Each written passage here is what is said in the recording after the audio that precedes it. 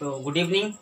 जैसे कि आज चैप्टर था 12th क्लास का हमारा कि उद्यमी नल और नेटवर्क प्रॉब्लम से वो नहीं हो पाया था, तो मैं आपसे कहता हूँ आपको वीडियो दूंगा बना करके, तो वही है, उसको पढ़ लेते हैं कि भाग्यवाद आवरण पाप का और शस्त्र शोषण का, जिससे रखता दवा एक जन से भाग दूसरे जन का। पूछो किसी भाग्यवादी से यदि विधि अंक प्रबल है, पद पर क्यों देती ना स्वयं वसुधा निज रतन उगल है। इसका भावार्थ एक बार जल्दी से देख लेते हैं कि भाग्यवाद आवरण पाप का और शस्त्र शोषण का। जो भाग्यवाद है, जो भाग्य को मानने वाले हैं, वह जो आवरण एक तरीके से पर्दा ढाल के रूप में है, वो क्या है? पाप समान है, पाप है। और शस्त्र शोषण का, और मान लीजिए कि वह शस्त्र एक शोषण का शस्त्र जो क्या है, वो भाग्यवाद है। कोई कहता है शोषण, तो शोषण जो है बेवजह किसी को परेशान करना, सताना, वो शोषण है। और वह क्या है? हमारा भाग्यवाद, यानी कि शस्त्र भी है शोषण का। क्या चीज? भाग्यवाद। तो पाप को बताया और शोषण को क्या बताया हमने? भाग्यवाद बताया। जिससे रखता दवा एक जन, जिससे रखता दवा एक जन से भाग दूसरे जन का। और इसमें हम देखेंगे कि मतलब जिससे रखता दबा कर, भाग्यवाद का सहारा लेकर के, भाग्यवाद को महत्व दे करके हम दूसरे व्यक्ति का भी जो है धन अथवा उसका भाग, उसका हिस्सा अपने मतलब व्यक्ति दबा लेता है। करे तेरे भाग्य में होगा तो मिल जाएगा, किस्मत में होगा तो मिल जाएगा, ऐसी बातें करके। पूछो किसी भाग्यवादी से, फिर अगर ऐसा करता है कोई, तो उस भाग्यवादी को, यानी कि भाग्य को मानने वाले व्यक्ति से, कि भाग्य ही सर्वस्व है, भाग्य में होगा तो मिलेगा, है ना, क्यों खाम का इतनी मेहनत करना। तो देखेंगे कि पूछो किसी भाग्यवादी से, यानी कि किसी जो भाग्यवाद को मानने वाला है उस व्यक्ति से अगर पूछा जाए कि यदि विधि अंक प्रबल है, यदि विधि यानी विधाता, ईश्वर, किस्मत, भाग्य, जो अगर उनका मानना अगर प्रबल है, भाग्य प्रबल है, भाग्य जो है मुख्य है, तो फिर पद पर क्यों देती ना स्वयं। पद पर यानी कि पैरों पर, अपने खुद अपने पास, क्यों देती ना स्वयं, यानी कि स्वयं धरती, वसुधानी धरती निज रतन उगल है। और अगर भाग्य ही सर्वस्व है, भाग्य में लिखा हुआ है कि कितना कमाना है, कितना उपजाना है, सब हमारे लिखा हुआ है, तो क्यों ना धरती हमें अपने आप दे देती कि ये लो भाई, आपके भाग्य का है, संभालो, है ना, इसका उपभोग करो। तो इसलिए नहीं करती ना ऐसा, ऐसा धरती नहीं करती। लास्ट पंक्ति से कवि ये कह रहा है कि ऐसा तो पृथ्वी नहीं करती कि जो भाग्य में है वो अपना दे दिया। जो भाग्य में है, ठीक है, उसके लिए भी हमें परिश्रम करना होगा, मेहनत करनी होगी। ये इन 4 पंक्तियों से यहाँ पर समझाया। आगे देखते हैं 4 पंक्तियाँ। इसमें देखते हैं हम कि उपजाता क्यों विभव प्रकृति को, सींच सींच वह जल से, क्यों ना उठा लेता निज संचित कोष भाग्य के बल से। एक मनुष्य संचित करता है अर्थ पाप के बल से, और भोगता उसे दूसरा भाग्यवाद के छल से। तो उपजाता क्यों विभव प्रकृति को, सींच सींच वह जल से। उपजाता यानी कि उत्पन्न करना, ठीक है। क्यों विभव, विभव माने वैभव, ऐश्वर्य, जो प्रकृति में छिपा हुआ धन है या अन्न है, कुछ भी है, हमें जो भी वैभव है, जो ऐश्वर्य है, वो सब प्रकृति से मिलता है।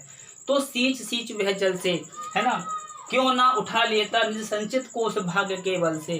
क्यों वो इतना परिश्रम कर रहा है, क्यों रात में ठंडी में सर्दी हो रही है, कोहरा पड़ रहा है, क्यों वो जल मतलब पानी देने जा रहा है खेतों में, क्यों उसकी बुवाई कर रहा है, ये सब वह क्यों कर रहा है? अगर भाग्य में है तो क्यों ना निज संचित, माने कि उसका स्वयं जो उसके भाग्य में है, संचित है, उसे कोष भाग्य के बल से, कोष माने खजाना, भाग्य माने भाग्य, तो भाग्य के खजाने के द्वारा प्रकृति से वह क्यों प्राप्त नहीं कर पाता जब उसके भाग्य में सर्वस्व लिखा हुआ है। जय द्वारिकाधीश। एक मनुष्य संचित करता है ना, और उसके बाद फिर कोई व्यक्ति परिश्रम करता है या फिर बेईमानी से भी करता है, तो अर्थ पाप के बल से, अर्थ माने धन, अर्थ माने धन, तो धन को वह कमा लेता है पाप के द्वारा, बेईमानी के द्वारा, लेकिन फिर भी, और भोगता उसे दूसरा भाग्यवत के छले से।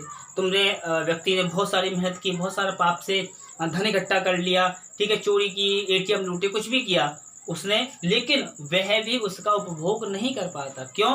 उसने संचित को किया, धन को संचय किया, लेकिन किसी ने मारा गया, पकड़ लिया, जेल में है।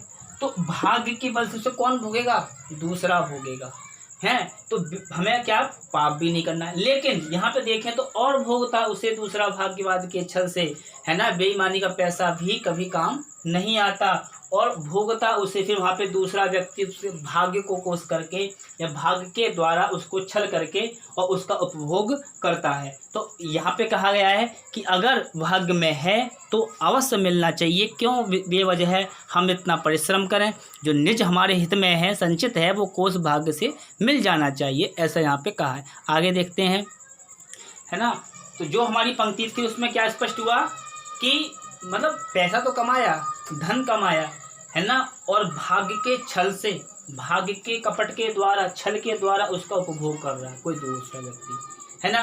तो यहाँ पे संचित कर करके भी भाग्य के सहारे उसको छल पूर्वक, कपट पूर्वक उसका उपभोग किया। आगे देखते हैं हम, अगला जो है हमारा लास्ट है, अंतिम है।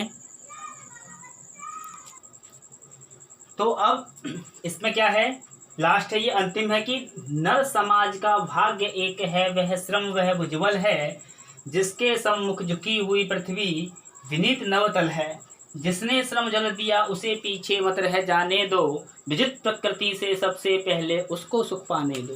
तो यहाँ पर देखेंगे कि नर समाज का भाग्य एक है ना, नर माने सभी व्यक्तियों का, सभी मनुष्यों का, नर माने मनुष्य, समाज का भाग्य एक है, सबका भाग्य एक है, वह श्रम वह भुजबल, और वह क्या है, तो सबका भाग्य एक है लेकिन है क्या, तो वह श्रम यानी कि परिश्रम, मेहनत, और वह भुजबल है यानी कि अपने बाहुओं का बल है, अपने द्वारा जो मेहनत की जाती है वह, जिसके सम्मुख झुकी हुई पृथ्वी विनीत नवतल है, और जिन इनके अपनी मेहनत के आगे और अपनी भुजाओं के, अपने भुजबल के आगे सम्मुख झुकी हुई पृथ्वी भी झुक जाती है और नवतल भी झुक जाता है, यानी कि साक्षात पृथ्वी भी सोना उगलती है और आकाश भी उसके सामने नतमस्तक हो जाता है। तभी हम कहते हैं कि भाई इतना परिश्रम करो, इतनी मेहनत करो कि आप ऊपर उठ जाओ, आकाश को छू लो।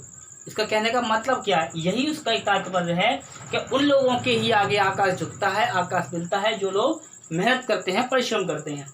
जिसने श्रम जल दिया उसे पीछे मत रह जाने दो, और जिसने श्रम जल का मतलब यहाँ पे क्या हुआ, पसीना, ठीक है, मेहनत के द्वारा जो हमने पसीना बहाया है अपना, वो जल रूपी कण, तो पसीने को जिसने बहा दिया है उसे पीछे मत रह जाने दो, और जो परिश्रम करता है उसे क्या करना है, पीछे मत रह जाने दो, ठीक है। आगे देखिए, विजित प्रकृति से सबसे पहले उसको सुख पाने दो। विजित माने जीती हुई, ठीक है, विजित माने जीती हुई, किसके द्वारा, अपने मेहनत के द्वारा, अपने परिश्रम के द्वारा, श्रम जल के द्वारा, ठीक है। विजित प्रकृति से सबसे पहले उसको सुख पाने दो, और कोई सुख पाने का सबसे प्रथम कोई अधिकारी है तो वो है परिश्रमी व्यक्ति, मेहनती व्यक्ति। लेकिन अब समय बदल गया है, लेकिन फिर भी हमें इस यही शिक्षा आपको लेनी है। इस जो कवि ने यहाँ पर कहा है कि हमें, जो रामधारी सिंह दिनकर हैं, उन्होंने इतना अच्छा कहा है कि भाग्य को प्रथम स्थान न दे करके कर्म को प्रथम स्थान दो, कर्म को महत्व दो, भाग्य अपना पीछे पीछे चलाएगा। समझ में आ रहा है? तो इसलिए आपको भाग्य के सहारे नहीं बैठना है, भाग्य को अपने पीछे भगाना है। वो कब होगा, जब आप श्रम जल को बहाएंगे, यानी कि मेहनत करेंगे, है ना। ऐसा नहीं है 1 घंटा पढ़ लिए, ठीक है यार, लॉकडाउन इतने महीने रहा, लेकिन लॉकडाउन को लोगों ने लूडो खेल के, पबजी खेल के ऐसे टाइम वेस्ट किया, जबकि विद्यार्थी को तो उसका पूरा फ़ायदा उठाना चाहिए था। जहाँ उसके वीक पॉइंट हैं, जहाँ उसको मैथ में गलत है, इंग्लिश में कुछ कमी है, उसको जो नहीं आता, उन चीज़ों को और अच्छा करना चाहिए था। मतलब कहने का मतलब है कि अपने वीक पॉइंट को स्ट्रॉन्ग करना चाहिए था, है ना, अच्छी तैयारी करनी चाहिए थी जितना भी है। लेकिन ऐसा ना कर करके हमने बेफिजुल में मन नहीं लग रहा है, ये हो गया, बोर हो गए, ऐसी बातें करके क्या उस टाइम का बिल्कुल भी कोई फ़ायदा नहीं उठाया। और जिन्होंने मेहनत की वो मतलब प्रशंसा के योग्य हैं। तो बस इतना मैं आपसे कहूँगा कि मेहनत करिए, परिश्रम करिए। 12th क्लास के विद्यार्थी हैं आप, बड़े भी हो गए हैं, और सब चीज़ को एंजॉय कीजिए। हाँ, मतलब खेलिए भी, मस्ती भी, सब काम करिए, लेकिन पढ़ाई को इम्पोर्टेंट पहले दीजिएगा, क्योंकि पढ़ाई का समय निकल गया फिर कुछ नहीं होने का, फिर बुद्धि भी पक जाती है, जो टाइम है वो चला गया फिर नहीं। तो इसलिए हमें शिक्षा इससे ये लेना है कि हमें क्या करना है, अपने भुजबल से, अपने दिमाग से, अपने परिश्रम से मेहनत करनी है, और अच्छे मार्क्स लाने हैं, अच्छी डिवीज़न लानी है, अच्छी परसेंटेज लानी है। चलिए, तो आपका बहुत बहुत धन्यवाद। आगे देखते हैं और नेक्स्ट चैप्टर को